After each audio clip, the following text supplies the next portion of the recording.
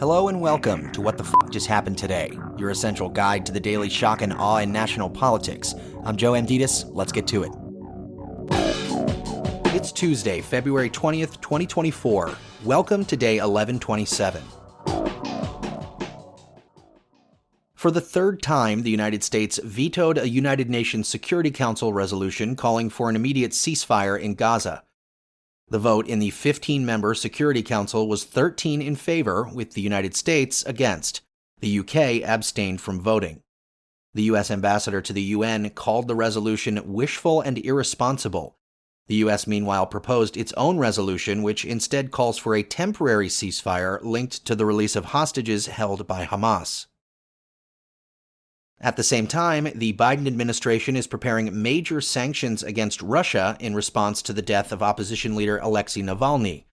Russia claims that Navalny lost consciousness and died after taking a walk in the Arctic prison, where he was serving a combined sentence of more than 30 years on charges of extremism and fraud, which he had denied.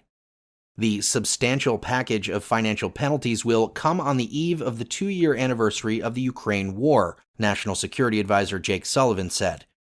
Biden, meanwhile, said, "Make no mistake, Putin is responsible for Navalny's death." Back in the United States, the Supreme Court declined to take up a case challenging an admissions policy aimed at encouraging diversity at a Virginia high school. Thomas Jefferson High School for Science and Technology, often ranked the best high school in the country, changed its admission process in 2020 to boost racial diversity at the school. The new process ended the application fee, allotted a number of seats proportionally among the district's middle schools, removed standardized tests, and shifted to a more holistic evaluation based on grades, a problem-solving essay, and experience factors, among other measures. The effect on the first class admitted under the new process increased the percentage of black students from 1% to 7%, and Hispanic students from 3% to 11%. Asian American representation, however, decreased from 73% to 54%. A group of parents, many of them Asian American, filed a lawsuit against the district alleging that the new process was discriminatory months after the court overturned decades of precedent and effectively ended affirmative action programs in higher education. Moving on, an FBI informant was indicted on 2 counts of providing agents with false information about Joe Biden and his son Hunter Biden during the 2020 presidential campaign. A federal grand jury indicted Alexander Smirnov with making a false statement and creating a false and fictitious record that Biden and his son each sought $5 million in bribes from a Ukrainian company. Congressional Republicans, specifically James Comer and Jim Jordan, have repeatedly praised Smirnov as credible and put his uncorroborated claims at the center of their impeachment inquiry into Biden.